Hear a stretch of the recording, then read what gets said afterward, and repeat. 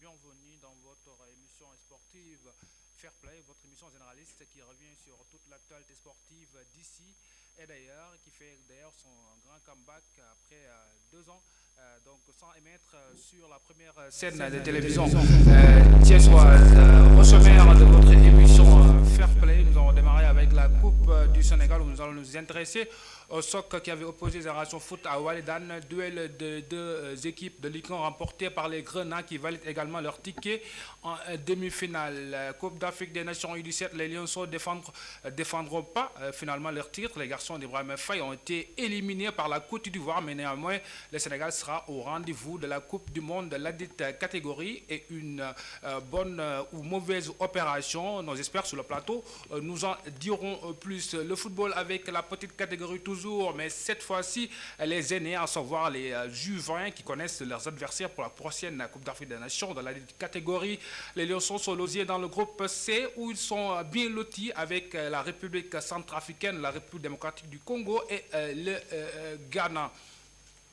Le championnat local de la Ligue 1, le Giraffe de Dakar, nouveau leader du championnat après sa victoire devant l'Asiel de Rufisque. Génération Foot sauf Guédiawaye FC dans le socle de la 19e journée. En Ligue 2, un leader s'appelle le Stade de Mbour. Les Mbourois ont remporté le duel de haut de tableau en s'imposant devant son désormais dauphin, Sama FC de Bizarre. Vous découvrez également l'ensemble des rencontres et classements de la 19e journée. Réception des clés du stade Léopold Sédar Senghor. La remise des clés s'est effectuée le vendredi. La cérémonie s'est déroulée sur présence du ministère du Sport, Mme Khadiguien Gaye, et du 12e Gaïndé qui a également assuré l'ambiance. Les travaux de rénovation ont duré 2 ans. Ce moment du football, ce monument du football sénégalais promet de devenir une belle alternative pour le Lion. Nous en parlons avec nos experts sur le plateau. Dans l'actu sport, nous allons parler de basketball, de beach soccer et d'handball et de MMA. Restez jusqu'à la fin de l'émission car en deuxième partie, nous allons parler de lutte avec Gala Salutous Production qui a vu Pambay de Ersambolo triompher devant l'Aï Pythagore. Mbokki mbekta contentement la ñu am saa su ne dalal leen seen plateau bi di Fair Play muy plateau bi nga xam ne dafay waxtaan di forom fàcce lépp li nga xam ne dafay jëm ci wàllum tàggat yaram ñu ànd ci ak ñi nga xam ni seen xam-xam màcc na duñ ko taye di wax. Donc à ma gauche, donc à droite de votre écran, à gauche notre ami, notre très cher confrère.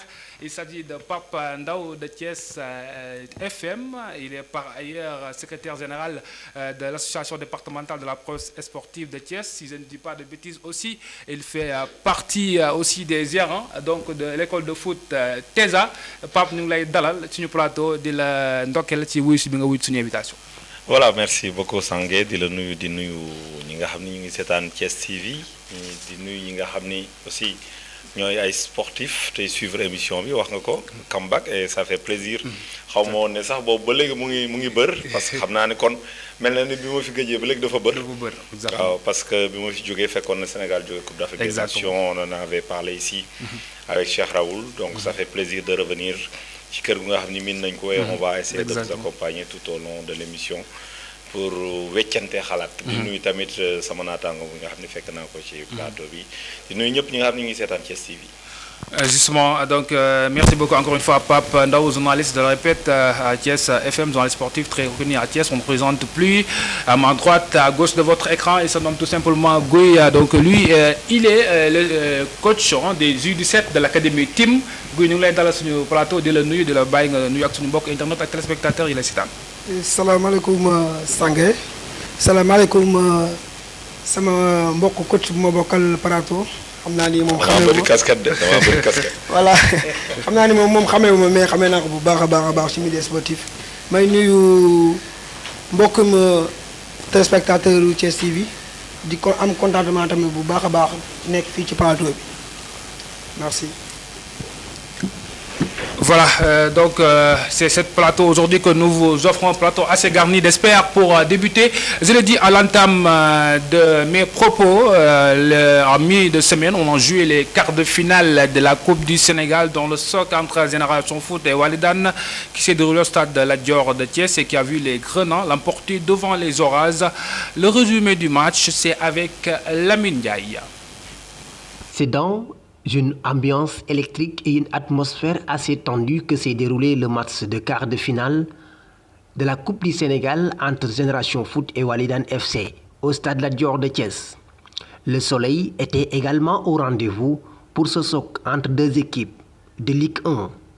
Dès le coup d'envoi, ce sont les Grenats qui se sont montrés les plus entreprenants avec un pressing bien orchestré qui met en difficulté la défense de Walidane.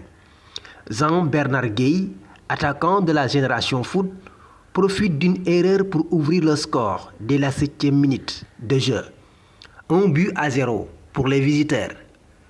Mais les Thiessois ne baissent pas les bras.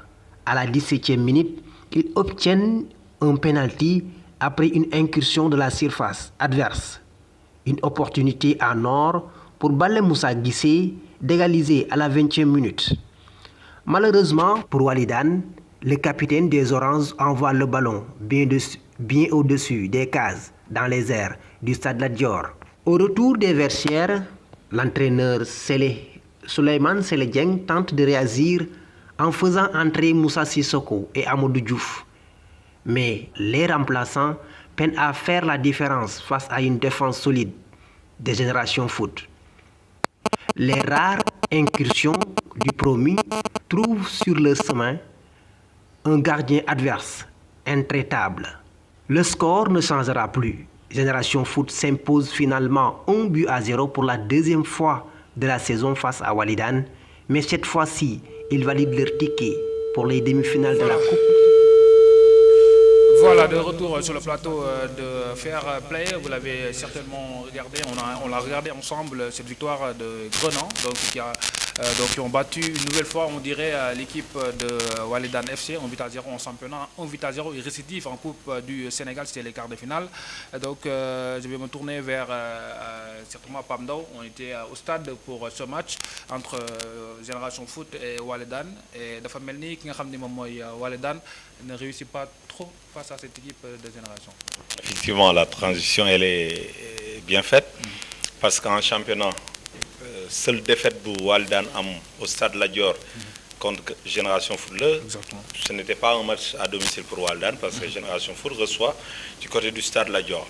Mais on retiendra que en championnat comme en Coupe du Sénégal, à chaque fois, Génération Foot a gagné sur le score d'1-0. Mais ironie du sort, sur ces deux matchs, Walidane dafa wane xar kanam bo am solo. Donc un très beau visage de Walidane sur ces deux rencontres. Malheureusement, ils ont manqué d'efficacité. Il faut reconnaître aussi que Walidane est une équipe qui marque certes, mais qui ne marque pas beaucoup de buts. En moyenne, un but par match, 1, c'est très peu. Mais c'est une équipe qui sait bien défendre, am assise défensive bu baax. Moo koy permettre très souvent muy def ay performances yu am solo. On va y revenir tout à l'heure en championnat. Mais des regrets, parce que sur le penalty, je pense bien que Aline Dione, un des meilleurs tireurs de ce club, d'ailleurs même c'est le tireur attitré de ce club. Exactement. Muy coup franc du corner du penalty, mais gis nga ci penalty bi le choix a été fait de laisser le ballon à Bala Moussa Guissé, malheureusement. Il a tiré comme un défenseur, même s'il est en train de faire une excellente saison. Un milieu de terrain reconverti, axe central qui assure yombul. Cette réadaptation-là, on l'a vu avec le Real Madrid. Chouamini, ce que Béchikina dina défendre, mais il n'a pas toutes les aptitudes d'un bon défenseur. Guissé, il remplit ce rôle parfaitement, mais sur le péno, je pense bien qu'il pouvait laisser tirer à l'Union, même si xamuñu sort bi lan la, mais on est sûr que lui, il a l'habitude de tirer. Walidane donc avait fait de cette Coupe du Sénégal une de ses priorités, un objectif clair. D'ailleurs, l'entraîneur l'a dit tout haut, tout comme les joueurs. Malheureusement, le chemin foofu la yam en quart de finale. Mais en face, c'était du costaud. Ça aussi, il faut le dire. Génération Foot est quasiment sur plus de 2 mois et demi sans défaite. Donc ça veut dire que c'est une équipe qui nage sur une spirale positive, compliquée peut-être de sortir GF, qui, il faut le dire aussi, fait de cette Coupe du Sénégal une des priorités parce que GF est 5e au classement. Donc ce fait que GF amul opportunité dem Champions League africaine. Coupe CAF bi mën na ko permettre mu rejouer les premiers rôles. Exactement. Avec le retour aussi de Boubacar Gadiaga.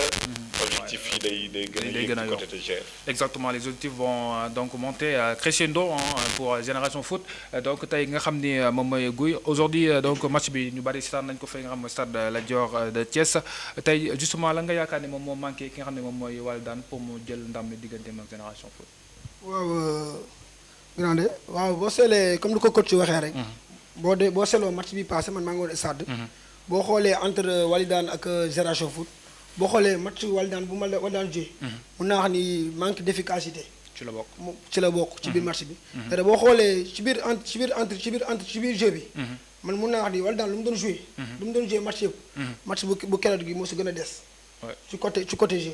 date boo xoolee mooy ci commencement échauffement bi laa njëkkee. date boo xoolee ci échauffement bi joueur bi di suñu tur bi laay fàtte mi ngi falaxe mooy junior bi. boo seetloo Mohamed Diop Mohamed. boo xoolee su fay de match bi sax nga xam ne partant wul woon. bokkul woon ci 11 départ yi. après bu ñu duggee ci biir verset yi lañu def changement. mais changement boobu ñun ñoo xam lan la. Apparemment en conférence de presse cela a expliqué le choix parce que Moussa Diallo dafa amoon ay vertige donc dañu miir donc c'est la des choix wu bàyyi ko mu noppalu ko ñëw deuxième période et il l'a expliqué en conférence de presse. Tu as parfaitement raison parce que loolu ku eggul fii taskatu xibaar di yegg mënoo ko am donc yi ñëw ci stade yëpp ils vont s'inquiéter pour savoir lu tax ce changement ñu opéré ko donc il l'a expliqué malheureusement comme ni nga ko waxee aussi feeñ na ci dans le jeu. ndaxte man loolu mën naa ne lu ma ci gën a jàpp ci la bokk. ndaxte boo xoolee rek boo xoolee boo bi dafa échauffé wu ba tàng jër après ñu mujjee def changement bi mais comme ni nga ko waxee rek ak ay faits yoo xam ne moo am ci football. loolu kenn mënu ko dindi. léegi nag bu ma ñëwee nag ci biir péno bi. mun naa ni coach bi moo jël responsabilité am. comme que le tireur habituel dem na jël bal bi mun nañu ko bàyyil joueur bi day daal di bàyyi. mais après malheureusement bàyyi la. door ko ci àll bi. exactement ndaxte boo seetloo nag mun naa ni c'est l'un des meilleurs joueurs de Walidane ci saison bi. boo xoolee militaire mooy personne normale. ñu reculer ko comme défenseur central. ba pare muy def ay match yu baax a baax performance quand même waaw exactement. ci biir match bi moom mun naa wax ni déchet tactique dafa bëri woon trop ci match bi man du ma xam. ndaxte mun naa wax ni Walidane moom moo ngi ci kaw. moom moo ngi ci kaw championnat bi GF moom moo ngi 5e te match bi nag enjeu bi match boobu enjeu bi lan la woon entre Walidane ak GF ndax Walidane day bëgg a jël coupe du Sénégal bi ndax mun naa xam ni moo nekkoon objectif principal bi boo seetlee GF moom instant yi xam na ne championnat bi pour mu jël ko échange dina xaw a métti trop. exactement objectif bi noonu fan la. ci coupe du Sénégal bi pour mu dem CAF. voilà dara GF boo seetloo. chaque année moom day bëgg dem CAF. ak lu mu di xew. muy comme championnat muy coupe CAF. moom da koy jouer à fond. mais malheureusement ba léegi moo ngi ci tànk bi. exactement moo taxoon teggiwul tànk. boo xoolee rythme bu ñu andi match bi passé nga xam ne carrément dañoo ñëw pour gagner. bokkuñu ak championnat yoo xam ne dañuy ñëw pour jouer pour teg bal bi ak yooyu noonu. mais keroog moom dañoo ñëw carrément pour gagner. te def nañu ko. Exactement, ouais. Nous carrément pour gagner aussi, pas mal de décès techniques, notamment sur le plan offensif. Donc il a souligné en conférence de presse le coach Souleymane Selenien, notamment l'absence de Mamsa Lutoun qui a un peu bouleversé ses plans de jeu. Donc Yakan Gani aussi, le beaucoup de Génération Foot, notamment Walidane réussir à gagner GF. Bon, je pense bien que c'est une équipe qui a ramené. Sur le plan de l'animation offensive, Walidane day propose l'homme solo. En tout cas, c'est l'une des meilleures équipes. Exactement. Sur le plan. Mais on a vu qu'il était en difficulté quand même. Wow. Voilà. Bon, en face, période, comme coach nous l'a dit, mon tout temps qui Academy Team, c'est dans la formation. Donc, exactement. Lo bëgg dawal bal, il y a des matchs ce sont des matchs de coupe. Il a si bien dit. GF a joué ces matchs-là pour gagner.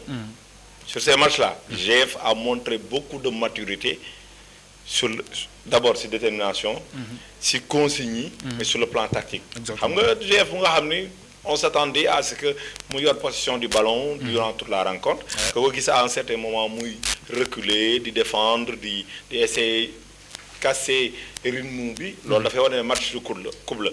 Et ces genres de matchs-là, il faut que les joueurs aussi dans la pré-formation et dans la formation. Parce que day nekk match yu nga xam ne ñoo lay mottal yow ci li nga xam ne moo la war a def joueur professionnel dëgg. Exactement. Jouer en Ligue 1 ou en Ligue 2 seulement ne suffit pas. Il faut accumuler des matchs, mais c'est dans ces matchs-là que ngay accumuler un capital confiance comme solo. Donc on a vu que sur ce match-là, non seulement du côté de GF, il y a eu beaucoup de jeunes qui ont joué. Exactement, ouais. Bokar Gadiaga l'a souligné, ouais. Voilà. D'ailleurs, Génération Foot, sur ces matchs-là, dafay def turnover bu am solo. Exactement. Par moment bu joué loo ay cadet beneen match groupe bi demoon tey am ñu ci rocc ñeneen joué parce que ñoom dans leur tête mooy dañuy jaay et soo jaay aussi foog xale yi am dara seen i tànk. Exactement. Donc du moment où yaa ngi utiliser groupe bu sakkan pour ñu jouer ces matchs. Donc soo amee ay absence cassure mën na bañ am. mais su fekkee na nga am benn 11 voire 14 joueurs nga xam ni de façon régulière ñoom ñooy jouer. suñ fi nekkul ça se fait sentir. Je pense bien que Boubacar Gadiaga est en train de faire un excellent travail. Parce que l'année dernière Génération Foot a laissé partir plus d'une vingtaine de joueurs. Et la transition a été difficile. Difficile, exactement. Djibi Fall ñëw na suppléer Balla. Terminé ba GF am maintien. Et rappeler que GF mu ngi am maintien ci 2 dernières journées yi. daaw donc ce qui veut dire que c'est une équipe qui a souffert l'année dernière pour pouvoir continuer à exister dans la Ligue 1 sénégalaise. Loolu certes jógee ñoom dañu jël excuse ne jógee deni Biram Daaw ñëw la jor la. Mais je pense bien que quand tu perds plus d'une vingtaine de joueurs mënatoo am même assise. Exactement. Mënatoo am benn même assurance. Cette année-ci la transition a été faite et de très belle manière. Ces jeunes yu am une vingtaine de matchs seen tànk ñenn ñi 30-40 matchs. C'est normal que ñu accumuler capital confiance mu nga xam ne même à l'extérieur il doit pouvoir gérer ces genres de rencontres. Et GF ne joue plus à Lat Dior comme à l'extérieur. GF aussi évolue à Lat Dior. Exactement, il reçoit là-bas. Donc exactement donc li nga xam ne mooy constat bi nga xam ni Pape def na ko maintenant ki nga xam ne mooy Walidane réussir ci coupe bi mais gis nañu Walidane aussi il a donc li nga xam ne mooy jeune joueurs yu catégorie jeune joueur bu baax notamment ci nga xam ne mooy coupe de la Ligue nga xam ne léegi désormais sont les joueurs de moins de 20 ans qui jouent. Est-ce que tu penses que aujourd'hui Walidane mën na dem chercher foofu un titre pour sauver sa saison au détriment de la Ligue 1? waaw mën naa wax ni foofu moom Walidane boobu moom da koy jouer à fond. nga ne boo xoolee saa yi mooy pay ci poule ba boo seetloo match yëpp parce que day gagné ay score parce que ay 3-0 2-0 day gagné. comme Walidane foofu noonu moo ngi ci dem. boo seetloo Walidane ren mën naa wax ni en catégorie toute catégorie confondue. mais catégorie cadet junior senior. nga ne boo xoolee en catégorie cadet Walidane dem na ba 8e de finale. dem na ba 16e de finale Coupe du Sénégal en catégorie cadet. bu nekkee en catégorie junior Walidane dem na ba 8e de finale en catégorie cadet. ba pare instant yii nii ba léegi mu ngi exiger ci coupe de la Ligue bi. nga xam ne comme Walidane ren dañoo pare ci compétition yëpp nag. Exactement. mais compétition bii nag beneen compétition la. muy coupe de la Ligue bi. nga de dañoo wax te boo xoolee équipe bi Walidane bi mooy senior bi. parce que boo xoolee majeure partie yëpp ay junior lañu. comme coupe de la Ligue bi mun naa xam ni comme que Walidane perte na coupe du Sénégal. instant yii ci coupe de la Ligue bi. Ils peuvent se rattraper là-bas. léegi nag bu ma ñëwee ci match GF bi. équipe bi Génération Foot bu ñu fàttalikee daaw. en U17. Génération Foot moo jëloon championnat moo jëloon coupe du Sénégal. Coupe du Sénégal waaw boo xoolee même équipe nag boo seetloo ñu ñuy gérer en catégorie senior. dara GF moom ñoom ci xale yi la ñuy basé wu. da xoolal daaw seen zone ñu fa nekkul ñëpp presque ñoom ñuy gérer instant yii nii ci L1 bi. ndaxte bu ñu xoolee daaw meilleur buteur mooy coupe du Sénégal en catégorie cadet. moom mu ngi joué ci lii bi. ci élite bi. comme nga xam ne comme ni ko coach waxee rek GF ñoom dañuy nekk ci formation une bonne formation ouais. moo tax daal match yi daal mënul bokk quoi.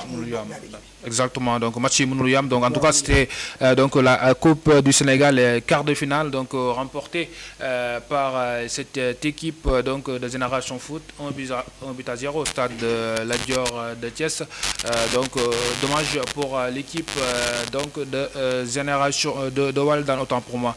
Nous allons aussi parler de football toujours mais cette fois-ci donc parler de l'équipe nationale du Sénégal de la petite catégorie les Lionceaux U17 battus par la Côte d'Ivoire au stade des quarts de finale. Ils ne défendront pas leur titre, une aventure donc précoce pour les tenants du titre qui seront néanmoins de la partie pour la prochaine Coupe du Monde qui se jouera en novembre du côté du Qatar. Après le match, le sélectionneur du Sénégal, Pape Ibrahima Faye, a réagi en conférence de presse. Il est revenu sur la force de cette équipe, dont la satisfaction sur le plan défensif, mais aussi donc a fait aborder le plan offensif. Il dit qu'il y a un grand chantier qui doit être amélioré. Je vous propose de l'écouter. Chantier, c'est vraiment l'attaque, les combinaisons en attaque, le jeu de finition. Donc on peut vraiment, on a appris aux jeunes démarrer le jeu par derrière, créer les appels de balle vers l'avant, essayer de trouver ce que les gens appellent le half space, moitié. Tout ça, maintenant, ils le comprennent. Mais malheureusement, le chantier reste l'attaque. Et donc, puisque nous sommes toujours en formation, ils ont l'âge de la formation, c'est des moins de 17 ans. Donc le travail continue. Nous allons appesantir le travail dans l'aspect offensif, essayer de scorer et de marquer des buts. Je commence par Cheikh Dieng. C'est un garçon qui n'a jamais joué les compétitions internationales. Je m'approche. Donc c'est sa première participation, c'est sa première campagne. Cheikh n'était pas là lors de l'IFOA, donc le tournoi préliminaire. Donc je peux dire vraiment qu'il a gagné un galon. Et chaque fois, je lui demande d'être encore plus posé. Parce que lui, il a un bon pied, il a une belle détente pour un défenseur. Maintenant, l'aspect où il doit travailler, c'est les relances. Si vous voyez pourquoi ils sont complémentaires avec le 4, le 4, il est très bon dans les relances courtes. Cheikh, il est bon dans les relances longues. Donc, il doit continuer à travailler. Vraiment, c'est un jeune joueur. Donc, on est dans le processus de formation avec lui et comme avec les autres aussi. Oui, vraiment, c'était un match équilibré. Le résultat sur le terrain l'a montré. Voilà, le match s'est soldé par les tirs. Donc, c'était vraiment un match serré. Chantier.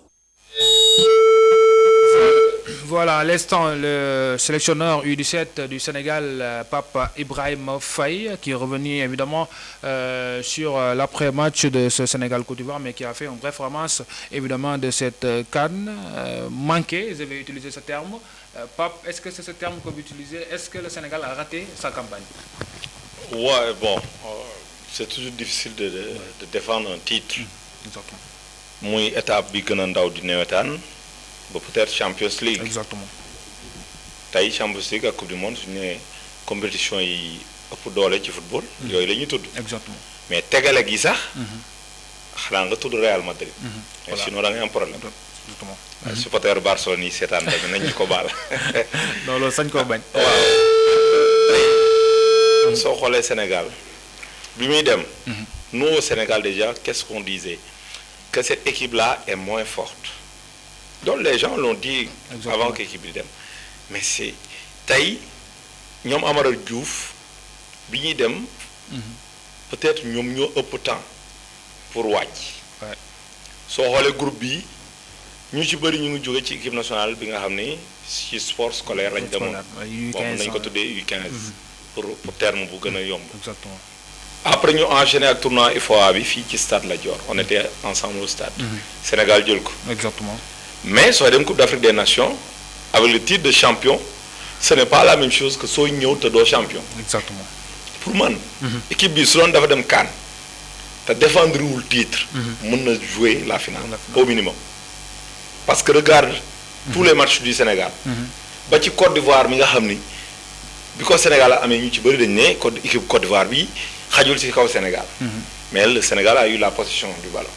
Donc ce qui veut dire que coach bi wax na ko le grand chantier du Sénégal.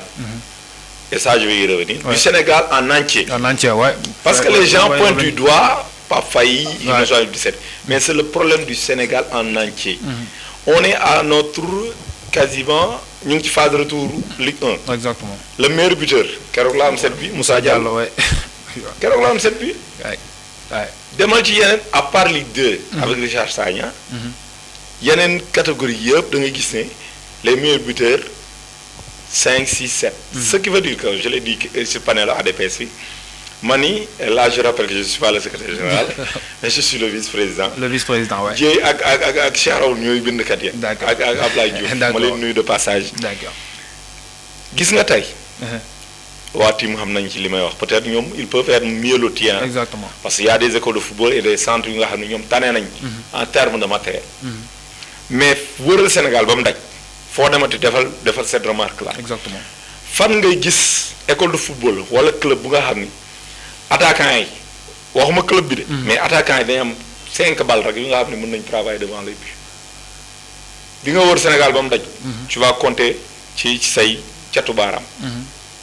matériel bu ñu liggéeyee devant les buts amu fi keroog je disais que tey fédération. ci dotation mi muy def war na xalaat sax les sélections régionales. wala les sélections départementales. mu leen di jox une dizaine de ballons ou une vingtaine de ballons donner de l'argent c'est bien mais koo jox fii xaalis tey en termes de subvention da ciy faj soxla yi club yi am. parce que club yi dañoo lot. mais le matériel et là je salue ku mel ne Pathé Mendy. mu ngi génération foot d'ailleurs TESA bi nga wax moom moo ko lancé. depuis 2008. tey moom li ma jàng ci moom mooy lépp lu ñëw danaa la matériel moom benn priorité la matériel. parce qu'il a compris que on ne peut pas faire du football. sans matériel. avoir du beau jeu. être efficace sans pour autant avoir du matériel. tey soo amee 20 joueurs ñuy entraîner avec un ballon. nga am 20 joueurs ñuy entraîner avec 10 ballons nga am 20 joueurs ñuy entraîner avec 20 ballons mënuñu am même maîtrise technique. c'est pas possible. parce que ki am benn bal bi. sur 10 minutes peut-être xale bi wala joueur bi dina laal bal bi 5 fois. mais ki nga xam ni yor na balu boppam sur 10 minutes il touche le ballon combien de fois. nous on travaille pas assez devant les buts. ci catégorie yëpp. préparateur gardien am na léegi nee nañ sax ñu ngi jéem a toppandoo tubaab bi di wut préparateur attaque. noonu laa ko mën a tuddee. parce que du forcément ay attaquant lañ jël. yi ma ci gis yenn entraîneur la ñuy jël yóbbu leen. peut-être ce ne sont pas des attaquants et attention. attaquant moo ko gën a mën a préparer parce que dafa am ay appel am ay contre appel am yeneen ak yeneen yi nga xam ni yow mi ko football ba bàyyi. su dee am nga diplôme mu entraîneur. la nga cay xam bokkut ak simple entraîneur bi du doon benn. c'est à l'image peut-être de Thierry Henry avec la Belgique notamment. mu ngi noonu donc pour man Sénégal amul woon problème mu conservation ballon. problème mu déroulé ko mais dañoo am problème ay animation sur le plan offensif yu nga xam ni. dana mën a faciliter. concrétisation yenn ak action yi mais aussi amoon nañu ay problème mu relation milieu-attaque. dinañ fa ñëwaat encore dinañ fa ñëw. donc justement donc c'est l'œil du technicien en tant que confrère journaliste mais yéen ñi nga xam ne yéen ay formé yi nga xam ne moom mooy xale yi donc koy rejoindre ci li mu wax donc selon quoi la formation il y a une réelle difficulté notamment ça s'est fait sentir ba ci équipe nationale A difficulté yi ñu am suñu attaque bi loolu doy na waar. waaw moom mun naa ni wax na lépp. résumé na lépp loo xam ne moom manqué ci football sénégalais. ndaxte affaire bi ci base âge bi la. fii la commencé ba pare soog a egg si équipe nationale yi. exactement ndaxte boo xoolee fii suñu championnat bi rek meilleur buteur wax na ko. 7 buts la am. keroog la soog a dugal 7 buts comme nga xam ne carrément comme problème la. boo xoolee depuis Ibrahima Niane. bu mu jógee Ligue 1 Sénégal kenn romb gu ko ci meilleur buteur. kenn romb gu ko goo xam ne comme y a problème Ibrahima Niane kañ la génn Sénégal. yàgg na. waaw kañ la génn Sénégal ba léegi kenn mënu kaa romb comme nga xam ne carrément football Sénégal attaquant yi am nañu problème. bu nekkee nag wàllum U17 yi mun naa wax ni problème bi lépp lu bëri. côté laal na ko muy côté finition bi. équipe bi day joué. bu nekkee côté jeu rek. boo dañuy football. dañ koy jëlee ci défense bi yóbbu ko ci attaque bi. mais problème bi après lan la. concrétisation finition bi après mooy entre milieu ak attaque bi. ndaxte boo calculé ñun suñu Sénégal U17 yi 3 buts lañu dugal. waaw ñoom ñoo ko dugal. benn naaw. xoolal ñaar yëpp ay milieu lañu. Ibrahima Sori Sow moom moo ko dugal. keneen ki Ibrahima Sow. moom moo dugal Ibrahima Sori Sow moo dugal 2 coups francs. par année. keneen ki dugal Ibrahima Sow dugal tamit bal. comme 3 buts la ñu dugal ci toute compétition confondue. nga xam ne comme carrément problème amoon na foofu noonu. mais mun naa wax ni suñu wàccaayu coupe du monde bii nii. ndaxte coupe d'Afrique bi bii man ci man. damaa jàpp ni gâchis la. ndaxte ñun dañoo waroon dem pour jëliwaat. dara Sénégal mun naa wax ni ñun chaque année. muy compétition yëpp nag. chaque compétition bu ñu war a dem dañoo war a dem pour jëli. exactement dara Sénégal am na ay atu yoo noonu. am na ay joueurs yu nekk foofu noonu. mais benn nag. ci sélection bi la ñuy waxaat. man damay ñëwaat benn ci sélection bi. ndaxte mën ñoo xool U17 bi ba U17 bii nii. nga xool U17 boo seetloo les mêmes équipes ngay gis Jàmbaar Génération Foot Dakar ñëpp xam nañu ñoom ñooy centre de formation yi. d'accord naa mais les meilleurs joueurs boo duggee ci yéen di am ko. mënoo wax sud bi amul benn joueur U17. Casa Sport moom moo ngi ci quart de finale mooy coupe du Sénégal en catégorie cadet. mais ba léegi gisuñu benn joueur am. SMA yi dem na ba huitième de finale. coupe du Sénégal en catégorie cadet. mais kenn. mais problème bi xam nga fan la. mooy suñu sélectionneur U17. man chaque jour maa ngi ci stade mais ban match ngay seetaan ngay sélectionné U17 doo ko gis fenn. mais est-ce que chaque jour yi nga xam ne mooy les joueurs de moins de 7 ans dina am occasion di jouer ci li nga xam ne mooy ci match championnat yi. aussi la faut le dire. léegi nag foofu. mun naa ni Sénégal championnat U17 yi mooy bëriwul noonu. bëriwul waay boo seetloo bu fi gën a régulier man Thiès laa jàpp. moo gën a régulier mais su coupe du Sénégal yi. ci coupe du Sénégal yi jàpp naa ni entraîneur U17 yi mën na ko joxee. war ngaa ñëw di dem xool yenn match yi même bu nekkee mënoo dem seetaan match yëpp. mënu ne mais échange nga dem xool yenn match yi. avec notamment la ligue qui a innové cette année avec la coupe de la ligue dont ce sont les joueurs de moins de 20 ans qui le jouent. boobu UV la U17 ans yi dañ ci mën a ñëwaale en même temps oui. dara boo seetloo Sénégal la wax muy suñu championnat L1 bi muy L2 bi. exactement boo seetloo xaaj bi yëpp parce que ay U17 UV ñoo koy football. boo xoolee majeure partie U17 UV ñoo koy joué. comme ni ban problème lañ war a am foofu noonu. mooy bu nekkee côté finition bi nag côté finition bi foofu noonu. foofu moom Sénégalais moom. foog ñu liggéeyaat ci. foog ñu liggéeyaat ci bu baax a baax a baax. mooy ci championnat catégorie yëpp nag. foofu moom dañ ciy pêché. exactement mais foofu aussi am na lu ma ci bëggoon yokk parce que c'est vrai que les gens vont tirer sur Pape Faye. mais attention en réalité Sénégal lañ dëkk. team la nekk. man je suis dans la petite catégorie au-delà d'être journaliste. su may wax nag tey mbubu journaliste bi laa jël. peut-être analyse mën na verser ki mais xam nañ ne les meilleurs éléments de cette équipe U17 bracelet rek xaw ma kii nu mu tuddee sax lamb bi ñu lay takkal j'ai oublié le nom le terme approprié dina ñëw léegi. moo leen génnee contrôle bi ñuy contrôler sa âge ñun xam nañ ne aussi fii les cadets là. ñi ci IRM exactement merci beaucoup. ñi ci am âge normal bëriwul. suñu waxantee dëgg rek. exactement oui. suñu waxantee dëgg nous tous nous sommes formateurs. mais même dans la petite catégorie da ngay gis ne ku nga xam ne joueur bi ëppal na 5 ans ou ëppal na 7 ans mu dagg atam ñëw di jouer dans une catégorie mais ñooñu soo leen yóbbee coupe africaine. dañ leen di génne. exactement ça aussi il faut que les gens buñ ko fàtte. le Sénégal balaa mooy dem compétition moom mooy defal boppam li nga xam ne moom mooy ay testam. parce que du dem ba foofu kaaf di wàññi. nangam. donc yooyu ce sont des facteurs dégg naa sax ñu ni. xool leen Ivoirien ni ñu toll muy mel ne senior ak cadet mais ñooñu xamuñu ne test IRM dafay am man mi am chance nekk dem Afrique centrale je sais que soo fa gisee ko am 16 ans ou 17 ans tu as l'impression ne moo la mag yow mi dëkk Sénégal seen mbind la seen mbind la donc pour man il faut qu'on renforce cette équipe nationale du Sénégal en quoi faisant mooy am na ay doomu Sénégal yi nga xam ne ñu ngi à l'étranger tey exactement mën a intégrer cette équipe nañ leen dugal comme il l'a dit dans le sud dans les compétitions de jeunes quart de finale demi-finale ñu intégrer leen mais bu ñu fàtte ne tamit ces sélections là et je vois depuis 2 jours 3 jours ku ci ne sur TikTok surtout ngay wax di analyser gis nga les équipes nationales là dañuy def ay regroupement yu dul jeex ci année bi te sur chaque regroupement presque dina am ay groupes yu nga xam ne dañuy ñëw coach yu xool leen ñu demaat mais chez les jeunes parce que man dama ci ne au-delà des journalistes comme coach ñu ci nekkee gis nga adaptation sax tax na joueur passé à côté li may wax ni ci tel laa ko man am naa joueur bu nga xam ne jóge na fii dem génération foot te paate mel ni bi ma lay wax mooy secrétaire général génération foot xale bi mu fiy jógee di dem ñun ñëpp dañ ne su demee dafay toog bi mu demee def fa ñaari fan mu dellu si déjà juddu nga ba màgg xamoo fourchette juddu nga ba màgg xamoo environnement mu nga xam ne ay terrain kese la donc ce sont des paramètres nga xam ne par moment day crisper un joueur il peut être très bon mais xëy na ci environnement immédiat bi joxewul la nga xam ne dañ ko soxla mais loolu nag dédouanewul benn entraîneur les Sénégalais aussi ont raison sélection yi nañ ko élargir dugg un peu partout fouiner voir les meilleurs Sénégalais ñu yóbbu leen parce que ni ko coach waxee léegi Sénégal amatul droit dem compétition teegul carré d'as man du mën a jël coupe parce que jël coupe dafa bëri paramètres mais le carré d'as on doit se fixer des objectifs que compétition bu ñuy dem suñu demul ci carré d'as bi on a échoué donc xam nga ko rejoindre sur le point fu mu disait que ni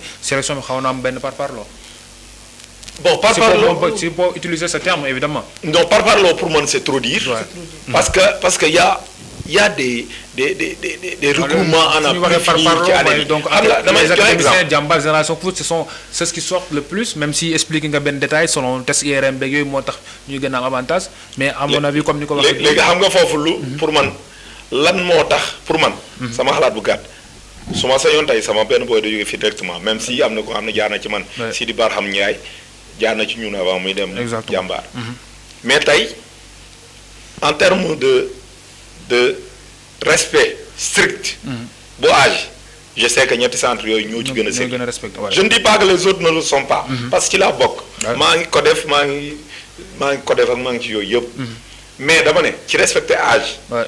man de sama école de football soo ma fekkee fii dimanche gars yi dañu may dóor ba may bëgg a dee. parce que ay booy yu ndaw ñooy football. parce que dama naan xëy na bugguma def loolu. mais ki nga xam ne dafa bëgg a gagner. ça ne le gêne pas. aussi parent bi jël responsabilité. wutal doomam benn këyit bu nga xam ne dina ci mën a football. loolu entraîneur bi mënu ci dara. donc pour man nañ élargir les sélections régionales là ah. parce que ñu ci bëri ci lañ jógee ci sélection yi. exactement ci lañ sélection régionale nañ leen gën a dooleel ñu gën a liggéey. parce que tamit soo eggee au sommet. gars yi dañu liggéey pour fekk si. te Sénégal loolu la ñuy fàttali. gis nga soo xoolee Somalie bu jël ndaare sunu poule. match bi muy joué mel na su gagné day dem coupe du monde. parce que soo jëlee champion ce sont ces genres de matchs qui t'attendent. exactement ouais, c'est juste ça. Donc on va Guy boo amul looy enchaîner donc directement ci li mu wax à propos de nga xam ne moom mooy donc petite catégorie bi ak sélection bi comment ça se passe et tout est-ce que aussi yéen am ngeen ay approche donc par rapport ak li nga xam ne moom mooy fédération bi. waaw man bu ma ñëwee ci moom ci lu mu wax tuuti. na tey bu ñu xoolee mooy Coupe d'Afrique bii nii ak Coupe d'Afrique bee passé ñu jël en catégorie U17 mun naa ni conditions yi bokkul. te bu ñu xoolee U17 bee passé dañ leen teg ci condition boo xam ne lu ma wax dañ leen teg ci condition. da di génne nañ leen Sénégal. génn nañ leen Sénégal ñu dem jouer ji xool yeneen équipe dem nañ fi Maroc. football yi dem nañ fi fii Algérie. ndaxte comme ñooñu tegoon nañ ci condition boo xam ne dem ñu pour ñu dem jëli mooy kan boobu noonu. mais boo seetloo bii nii boo xoolee suñu match bu ñu def yëpp ak fii lañ ko defee équipe L1 lañ ko defee fii ak L2 lañ ko defee. attention c'est l'équipe aussi. équipe bi dem na Maroc. dem na Maroc joué fa tournoi moom sax moo ko jël.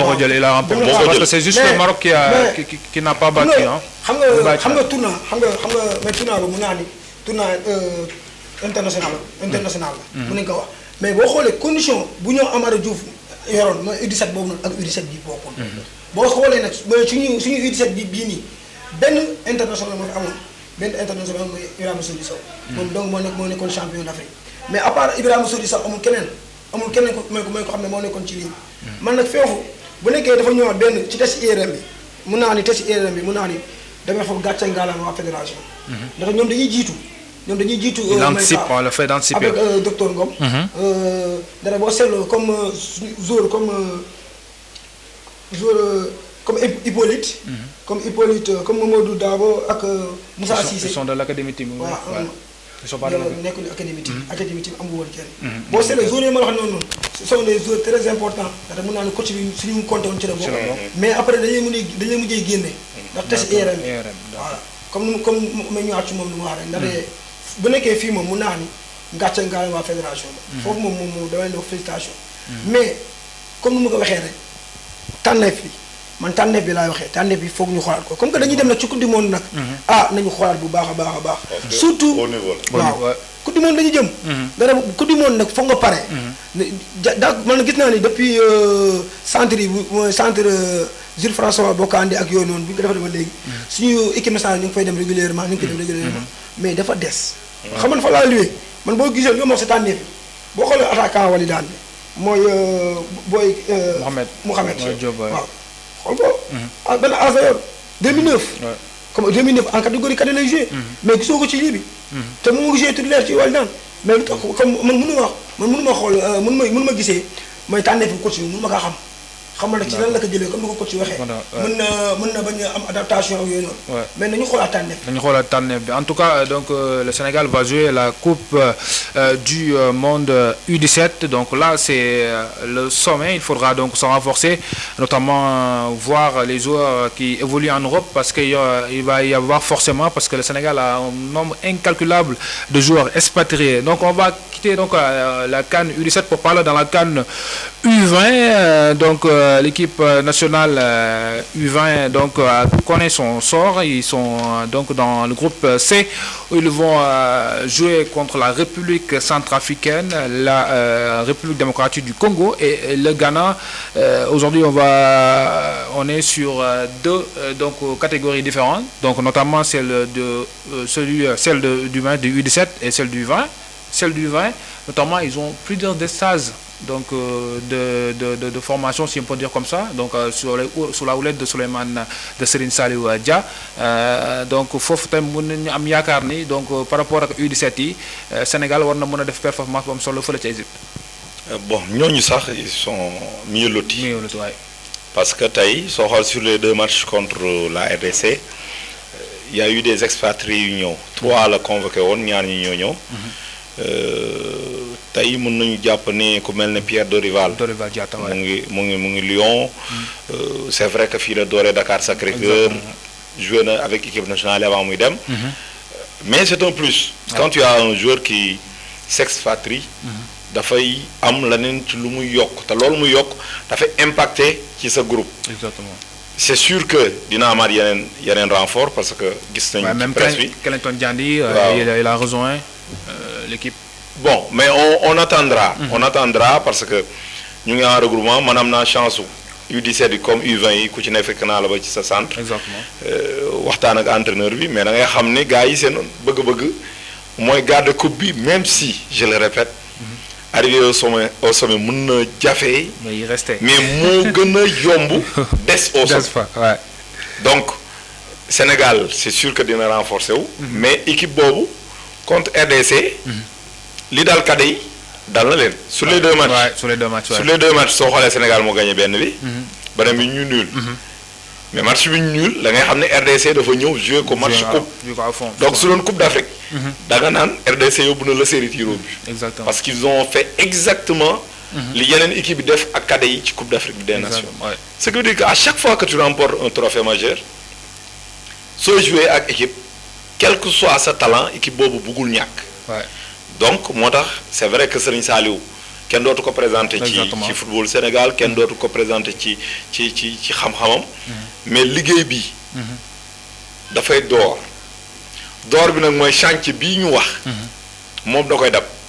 parce que ñun dugal ci catégorie yëpp lañ ko Aliou Cissé.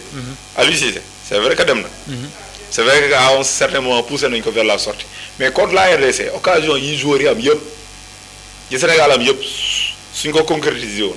néew ma sax lépp mais suñ ko concrétiser woon moitié bi doon nañu RDC. exactement.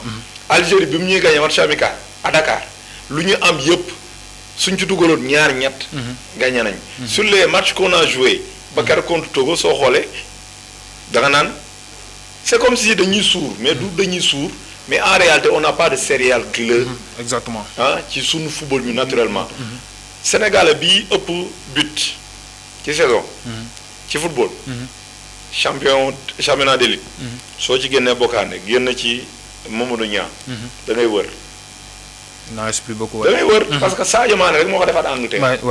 championnat yu mag yi la wax. waxuma yu ndaw donc mun nga nekk Chine di dugal lu bëri wala nekk Koweït di dugal lu bëri mais championnat yu mag yi muy championnat majeur.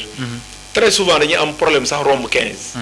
day am nag am na y a Papi Cissé y a Demba Ba on peut en citer un tas mais nañu continuer liggéey. il faut que biir Sénégal man sama gëm-gëm mooy biir Sénégal.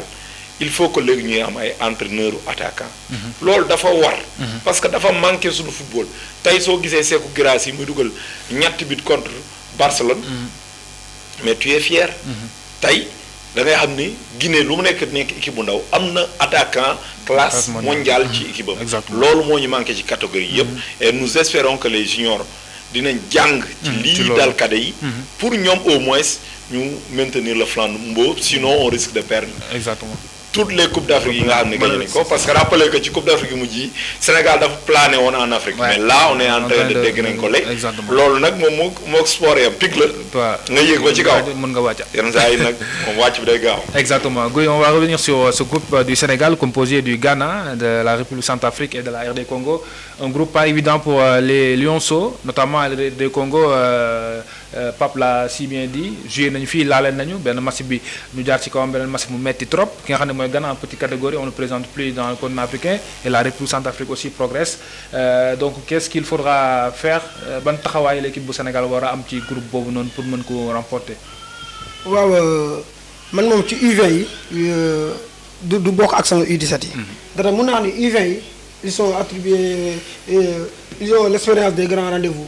c'est-à-dire boo xoolee U20 yi boo xoolee ñoom ñëpp presque ñoo nekkoon champion d'Afrique U17 ñoom ñoom ñoo nekkaat ci U20 yi boo xoolee U20 yooyu noonu mu naax lii lu tax la bokkuñu ndaxte bu ñu xoolee suñu U20 bi suñu U20 bi ak U17 bi mun nga ko wute ndaxte boo xoolee ci biir U20 yi man jeu bi U20 yi doon def man moo ma gën a neex que U17 yi am na seetaan naa la Stade Lat Dior seetaan naa U17 ci demee Stade Lat Dior ndaxte bu ñu xoolee U20 yi nga daal di xool seen milieu bi nga xool ba alli bi ñoom tamit seen benn défaut fan la phase offensive exactement phase offensive moom mun naa ni moom mooy c'est là où le bas blesse foofu moom mooy foofu mooy góom bi foofu moom la Sénégal war a liggéeyaat ndaxte mun naa ni kii di Serigne Saliou Dia xam ne moom carrément fu koy xaar Serigne Saliou Dia moom buñu ma ko di waxaat feneen ndax Serigne Saliou Dia bu ñu xoolee bu ñu waxee comme ni ñu wax sànq ci côté U17 yi bu ñu ko wax ci Serigne Saliou Dia Serigne Saliou Dia stade boo dem gis ko fa bu ñu waxee dëgg le président waaw stade boo dem gis ko fa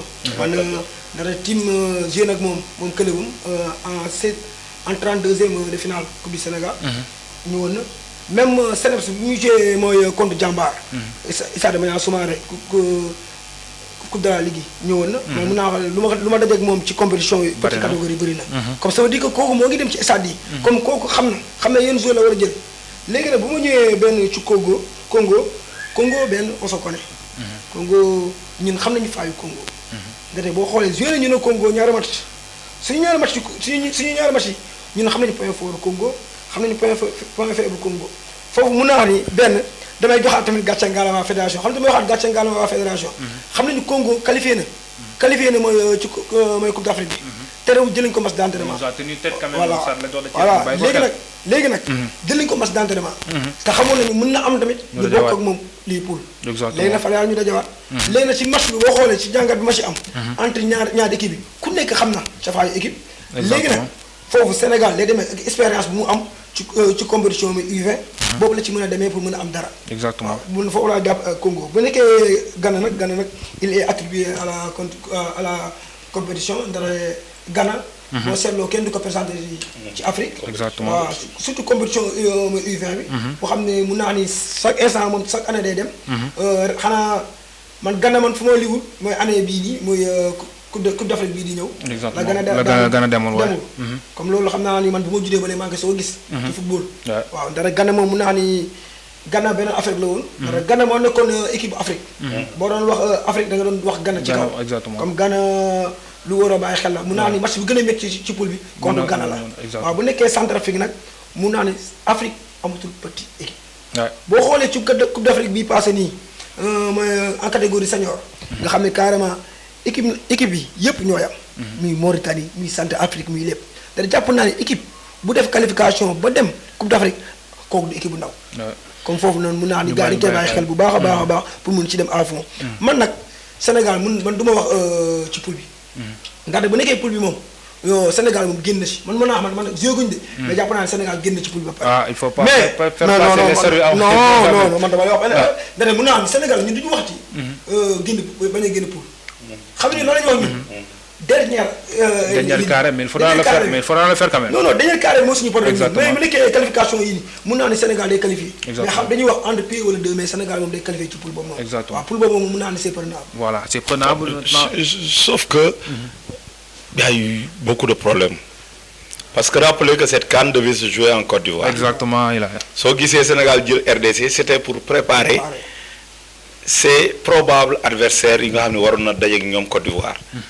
bon bi Côte d'Ivoire ak CAF du ma dikk ci histoire boobu amee seen mbir daal Côte d'Ivoire delloo na Coupe d'Afrique des Nations Égypte jël ko bi ko Égypte jëlee dafa dugalaat ku mel ni Tunisie Sénégal sax actuellement moo CAF bon ñu ngi ci xuloo pour ne pas dire guerre parce que moo guerre dafa diis Sénégal bind ne waruñu woon yokkaat équipe yi parce que nii bon dañu changé waat poule parce que bii nekkul woon poule initiale bu Sénégal ça aussi il faut le rappeler loolu nag dafay ñëw ci benn affaire bu nga xam ni gis nga sport dafa doy waar dafa sew gis nga même sunu ñàkk yi nii dafa bëri lu muy répercuté wu exactement tey ñàkku falu Augustin Senghor ci élection yu mujj yi dafa am yeneen yu muy commencé di jur parce que CAF ak Sénégal moom mburoog soow la woon pour jël terme politicien yi même su dee politique du ma politicien. mais jamono ji ñu ngi gis ne rapport yi mu ngi commencé aussi di ñagas. donc espérons que dans ci football bi. du ci impacté parce que tolloon nañ moment bu nga xam ni lu ñu nar a organiser sax dans la sous-région su amee problème ñu ñëw Thiès. Thiès recevoir ko ñu organiser ko ñu dépend. Exactement. Donc espérons que aussi du doon lu nga xam ne dinañu indil gàllankoor. Exactement. Espérons que les choses vont revenir à la normale. Donc pour être complet dans ce tirage, le groupe C, celui du Sénégal, on l'a dit tantôt, le Sénégal est logé donc dans le groupe C avec la République centrafricaine, la République démocratique du Congo et le Ghana. Dans le groupe A, ce sera l'Égypte, la Zambie, la Sierra Leone, l'Afrique du Sud et la Tanzanie. Dans le groupe B aussi, ça va être disputé entre le Nigeria, la Tunisie, le Kenya et le Maroc. Nous allons maintenant parler de notre foot local pour parler de la Ligue 1 sénégalaise de football. Le Jaraaf de Dakar a profité du faux pas de l'Union sportive de Gorée. Les Médinois se sont imposés 1-0 sur la pelouse de l'Asel de Rufisque grâce à un but de Ben Mahaba. Le coach du Jaraaf, Malick Daaf, s'est satisfait de cette victoire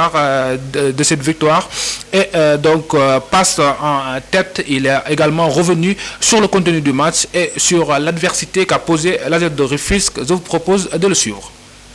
Ces jours-là sont venus. Ils ont rendu meilleure l'équipe parce qu'il y a eu de la récupération, il y a eu de la fraîcheur. Et ce match-là, on l'a joué parce qu'on savait que c'est une équipe physique, athlétique, technique, tactique. Donc on savait qu'on n'allait pas jouer un match facile. Nous sommes préparés en conséquence sur ce match. Tactiquement, on a mérité. Ce n'était pas un match facile contre une belle équipe quand même. Agel, il faut reconnaître qu'il est en train de faire un très bon championnat. Mais le Jaraaf reste le Jaraaf. Le Jaraaf, c'est une grande équipe. Il faut respecter le Jaraaf. Voilà. sant yàlla parce que ndam moom ndam lu tuuti quoi dañuy sant yàlla xam nga semaine passée contre Yoff mën naa 3-0 ma génne ay joueurs ñu am fin de match bu métti mais dégg naa ci lu ne may reetaan rek parce que man entraîneur daa peut-être li may projeté ak li may gis ñeneen ñi mënuñu ko xalaat parce que li entraîneur di xalaat moom moo ko xam la preuve sama joueur yooyu ma doon protégé en l'occurrence Isaaga tey jéewul dafa gaañu benn maxa kii mu tudd Mame Sayer dama ko reposé mu reposé Ahmed ak Souleymane mais tey boo xoolee ñoom ñoo démarré match bi parce que man miy joué am coupe kii toog di ma xaar bokkuñu parce que am na fraîcheur man aw ma fraîcheur ndax équipe deuxième division première division day métti mais sant yàlla xale yi ils ont bien préparé le match techniquement tactiquement parce que xam nañ équipe bu am solo la ñuy joué équipe bu naqaree joué surtout équipe boo xam ne gis ngeen mu ngi door a perte à domicile xam nañu entraîneur bi def na benn liggéey bu am solo ci équipe bi mais ñu nit équipe bu mag lañu Afrique lañu jógee gars yi dañoo gaaw a fàtte Jaraaf mun na bés techniquement tactiquement ku xool match bi Agel boo xoolee bitu hors-jeu la dugal mais amul occasion de but penalty bi sax xaw doy waar mais dañuy sant yàlla li ñu war a def nañ ko gagné nañu mérité nañ ko xale yi def nañu li ñu leen waroon yëpp mais dañuy sant yàlla encouragé équipe Agel bi parce que équipe bu baax la ñu ngi def liggéey bu rafet ñu nangul leen ko ñu xool leen ni championnat Sénégal moom lu jeexul nañu góorgóorluwaat match yi di ñëw yàlla may leen ay ndam ñun Jaraaf nag nañu daay.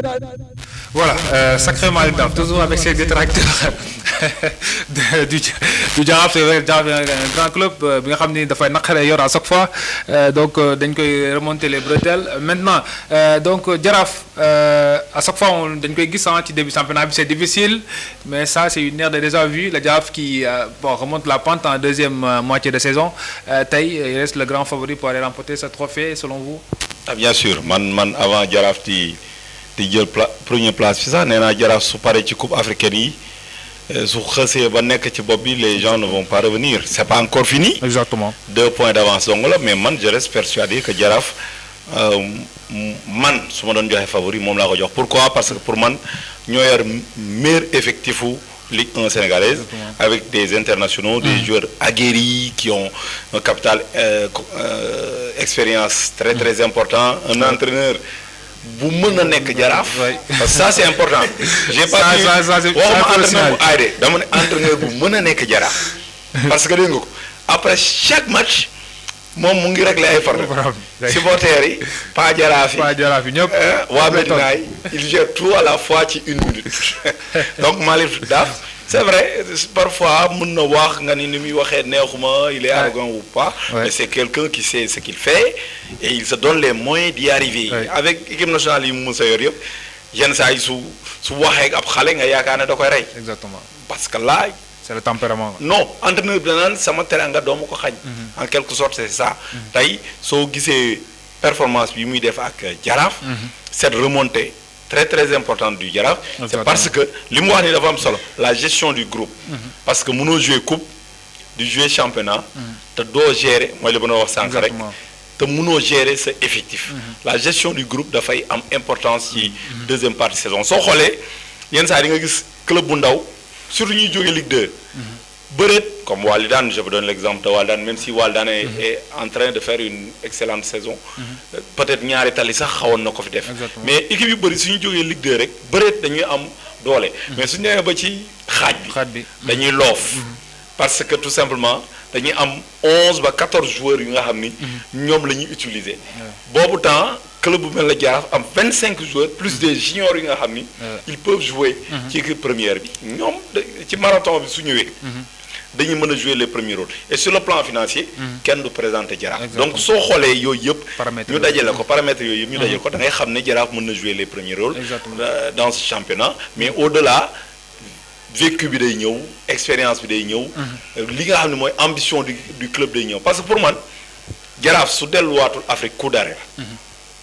xam nga Jaraaf si match bi ñu ko éliminé su arbitre yi malheureusement on est en Afrique. mais loolu su doon ci tubaab bi je pense bien que Jaraaf day jàll parce que am na penalty bu leer arbitre sëgg ko. donc tey Jaraaf su jëlee champion du Sénégal. da koy permettre mu continuer. ci li mu nekkoon ndax ñam na ren Afrique ak benn groupe. déwén day ñëw amaat. expérience bëri soo xoolee ñun suñu club yi. lu tax duñu sori Afrique loolu dañoo sonal. régularité ren Tëngéej day jël. après génération bu foot jël. après jàmbaar jël ce qui veut dire que éternel recommencement lay doon. pour man Jaraaf a les atouts même si Gorée ne dit pas son dernier mot. mais Gorée rappelé que phase aller bi dafa cravaché mais dañu dem ba 2 à 3 dernières journées yi ci phase aller bi. Gorée commencé chuter moment boobu. Walidane ci la profito à un certain moment ci ñaari fan doon na leader. Jaraaf doon leader depuis mu nekk leader bàyyeegul. même su dee ñaari poñ moo dox seen diggante ñoom ak Jaraaf. je pense que Jaraaf gisuma Jaraaf ñàkk championnat honnêtement. donc exactement vous rejoignez ki nga xam ne mooy Pape sur l'expérience du Jaraaf de Dakar qui donc fait tourner les choses à cet endroit où di ñëwee ba deuxième partie de saison bi dañuy gis ne Jaraaf dafay jëlaat beneen envol. donc amaat beneen second souffle pour jëli li nga xam ne mooy championnat. bon loolu moom mun naa ni ñëpp ko xam biir Sénégal de. Jaraaf moom chaque année day xëccoo day dem jëli championnat. moom ñëwul pour jouer ay maintien moom non moom chaque année day ñëw pour jëli. comme Jaraaf man bu tollee fii nii man bettuma de. bettuma exactement surtout ci lu mu wax sànq ci coach bi. coach bi man wax naa ko ma ne la moom moo mën a yor Jaraaf. bu nekkoon beneen coach bàyyi na bu yàgg. oui exactement avec les face au nombre de critiques. da ngay gis ci biir match en plein match ko benn supporter wax fee mu tourné. wax ak yow war delluwaat. exactement comme mun naa ni moom rek moo ko mën. waaw sacrément yi daal. waay sacrément loolu moom mun naa ni moom rek moo ko mën. mais bu nekkee côté effectif wala Jaraaf bokkul ak yeneen équipe yi. nga ne boo xoolee Gorée ak Jaraaf. Gorée boo xoolee baax nañu amul. Gorée boo xoolee benn équipe la am. benn 11 de départ la am. mais après baax bi après 0. mais Jaraaf mun na génne 11 dugal 11. waaw c'est préparé wu pour li nga xam ne compétition bi africaine waay. exactement fu mu doon dem waay. même bu nekkul compétition kaaf sax. Jaraaf moom dafa yàgg moom daa yàgg pare. boo xoolee Jaraaf même en catégorie junior sax moom day baax. comme Jaraaf nekkul n'importe qui. ci championnat l'année dernière Jaraaf moom moo jëloon coupe du Sénégal en junior. ba pare instant nii moom moo ngi teg tànk mooy ci coupe de la Ligue bi. comme Jaraaf nekkul kenn ba boo dee Jaraaf c'est l'un des meilleures équipes au Sénégal. chaque année mu wane ko. exactement mais benn dafa am ci ginnaaw dafa am ay mag yu am expérience. loolu foog ñu bàyyi ko comme li ko gars yi di waxee rek mag dafa. baax ci kër. exactement comme Jaraaf bu eggee fii waru betti kenn ci football. exactement waay waru betti kenn donc on va profiter pour donner les résultats de la 19e journée qui a débuté le vendredi. L'Union sportive de Ouakam s'est imposée 1-0 devant HLM de Dakar. Oslo a perdu à domicile l'AS Pékin qui réussit petit à petit à entrer dans le championnat, a battu à l'essai Oslo 3-1. L'Union sportive de Gorée et Sonacos ont fait match nul 0-0. 0 but partout. L'Asvel de Rufisque s'est incliné. On l'a vu tantôt, le but de Ben Maha Ba marqué. Donc, Diarab de Dakar qui s'est imposé à l'extérieur 1 but à 0. Le dimanche, l'AIC Linger s'est imposé 1 but à 0 devant le Tengued FC. Walidan s'est imposé 1 but à 0. Après sa défaite devant Génération Foot à la Coupe du Sénégal, ils ont bien réagi face à Diamono de Fatick, lanterne rouge du classement. Et puis le Dakar Sacré-Cœur est allé battre le Casa Sport qui vit aussi toujours des moments difficiles. Et puis Génération Foot est allé battre Guédiawaye sur sa pelouse sur un score de 3 buts à 0. Moi, je vais venir avec vous. Vous étiez certainement au stade de la Dior de Thiès pour la rencontre entre l'équipe de Walidan et Diamono de Fatick. Walidan a montré un autre visage dans toute cette rencontre. Ouais, mais pour moi, c'est le Diamono qui a des regrets. Ouais. Parce que si 3 minutes du Nyeki, Diamono de Fatick, il y a Nyari Yakalo goal. Je n'ai pas dit sur les 90 minutes, mais 3 minutes, Beret Ngam Nyari Yakalo goal. Ça, l'ourar là. L'ourar là. Donc, équipe Ngam, lanterne rouge, sur le point, en déplacement, tu as l'occasion d'ouvrir le score. Dougo Loco, même quand je faisais le direct, Damadon Wahne, attention aux Fatickois de ne pas nourrir des regrets. Et malheureusement pour les Fatickois et heureusement pour les Thiessois, à la reprise, juste à la reprise, qui a amené Moussa Diallo à Dougal 7e but de la saison, mais c'est comme si moment Bob la Waldan don khar pour entrer dans le match. Coach Munga, ben coach Munga sama côté. On sait que match soit égalé.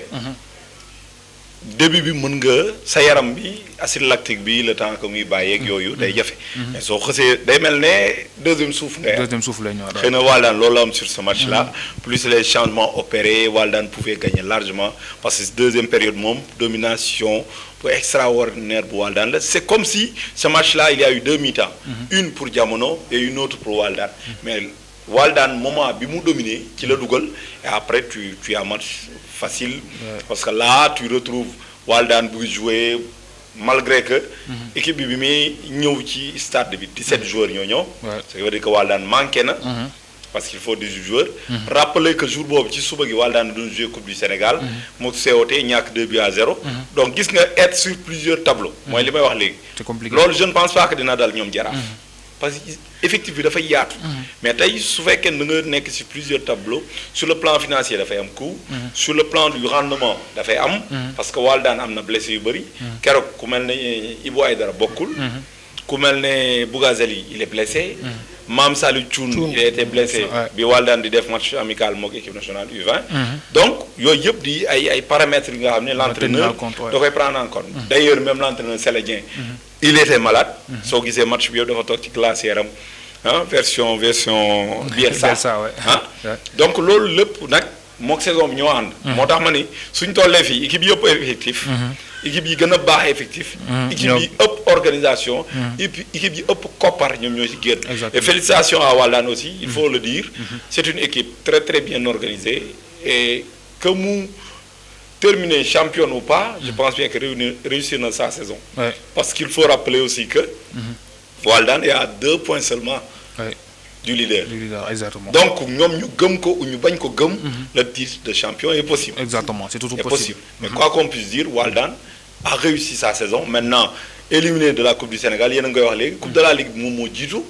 Donc, probablement, ils vont tout donner à la Coupe de la Ligue pour essayer de jouer les premiers rôles. Voilà, exactement. Très rapidement, au mot sur AS Pekin qui commence à renouer avec le succès, victoire à l'extérieur 3 buts à 1. Et Génération Foot qui réalise une semaine parfaite, si on peut dire comme ça, après sa victoire devant Waldan 1 but à 0. Les Grenats sont imposés à l'extérieur devant Guédiawaye 3 buts à 0. Victoire aussi surprenante de Génération Foot sur la pelouse de Guédiawaye. Guédiawaye n'est pas du tout facile à manœuvrer à domicile.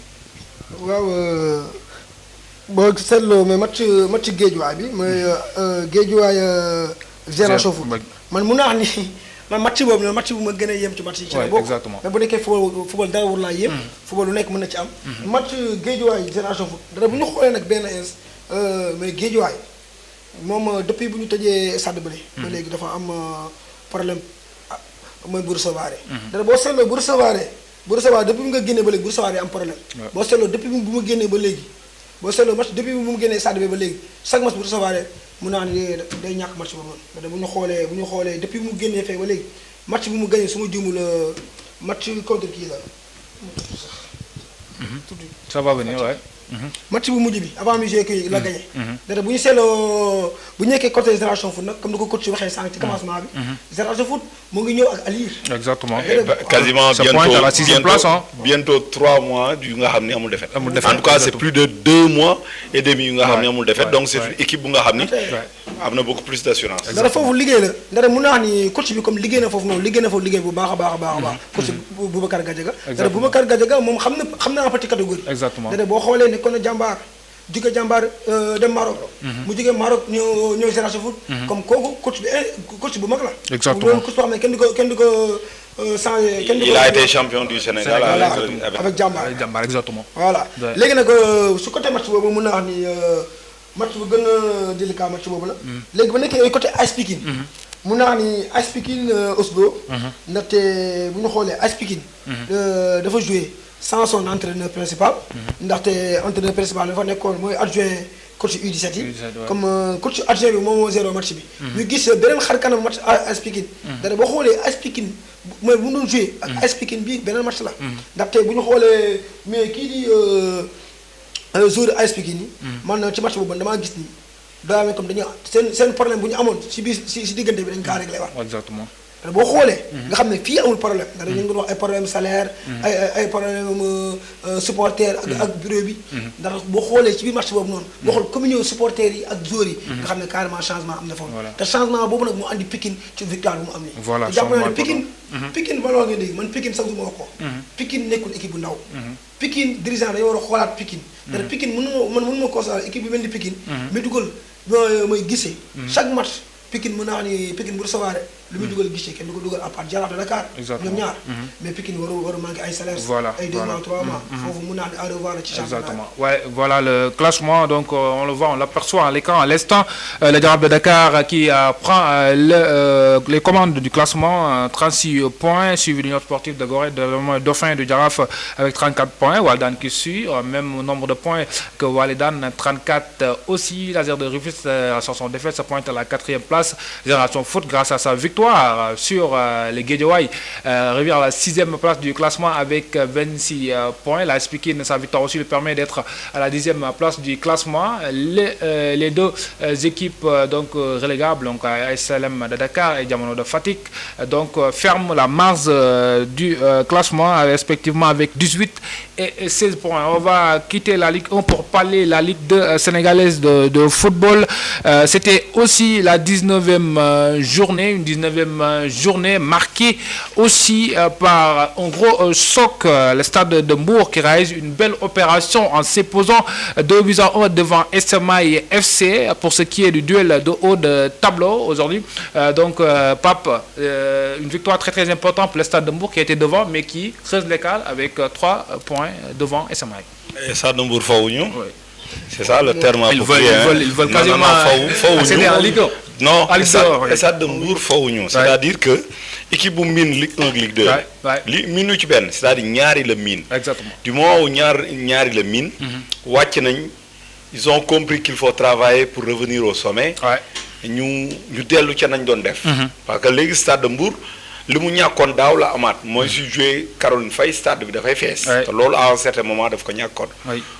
SMA est-ce que la fatigue liée au voyage dafa commencé feeñ mais si première partie saison mais c'était une formation bu neex a seetaan ñu football. Exactement. xam nga di seetaan Ligue 2 wala Ligue 1 sax di gis équipe fii Sénégal buy dawal bal. dafa jafe. te SMA loolu la doon def et c'est normal su fekkee ne équipe bu linké la ak Oslo. donc ba par moment jour boobu temps de jeu Oslo da ngay dem foofu donc normalement dans la production da ngay gis lu rafet. Et on salue le travail effectué par Gueye Fall le Thiessois. moom mi nekk foofu ak doomu Thiès yi nga xam ne ñu ngi jàpp ci liggéey foofu yëpp. mais en face ce sera difficile pour SMA parce que pour man voyage yi ñoo ko nar a gaaw de l'autre côté Douane a les moyens. Douane a les moyens de jouer les premiers rôles. Le Stade de Mbour réconcilier nekk fi donc lutte bi entre ñett ñooñu ça va être extrêmement difficile. tout au long de cette seconde partie de tableau mais attention ci tableau bi nga wax ni yëpp ak ces résultats moi je retiens cette dégringolade du CNEPS Excellence qui a chuté devant Kaffrine 3-0. Et il faut se réveiller du côté du CNEPS parce que National 1 moom. Franchement, c'est autre chose. C'est autre chose. Exactement. Guy, foofu laay bëgg a ñëw sur cette 19e journée. Je dis bien, seulement l'Amitié FC s'est imposé 1 but à 0. Thiès FC a perdu devant AS Bambey 2-1. Et puis aussi cette défaite qu'il vient de souligner tantôt, c'est celle de CNEPS Excellence devant AS Kaffrine à domicile. Le CNEPS balayé, battu 3 buts à 0. Loolu xaw na yéeme trop pour li nga xam ne mooy club Thiès waaye engagé woon ci Ligue 2.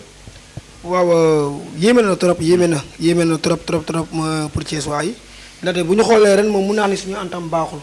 ren moom mun naa ne kenn dong moo fi defoon antam bu baax mi Thiès FC moo fi defoon antam bu baax mais après dafa jékki-jékki daanu mais moo xoolee maa ngi ko doon wax daaw fële ci TS TV boo xoolee mooy club Thiès waay la mooy suñu problème surtout Thiès FC ñun dañuy jëlee ci nawetaan léegi bu ñu jëlee ci nawetaan jour bi day tàng. day tàng jër. nga andi ko championnat kooku day xiir kooku day am dara. mais bu jékki-jékki championnat bi di dem day jékki rek wàcc. loolu moom mooy dal Thiès waay. da jàpp naa ni bu nekkee côté mooy Amitié FC boo xoolee Amitié FC début championnat. ñoom presque ay boole ñoroon ay xale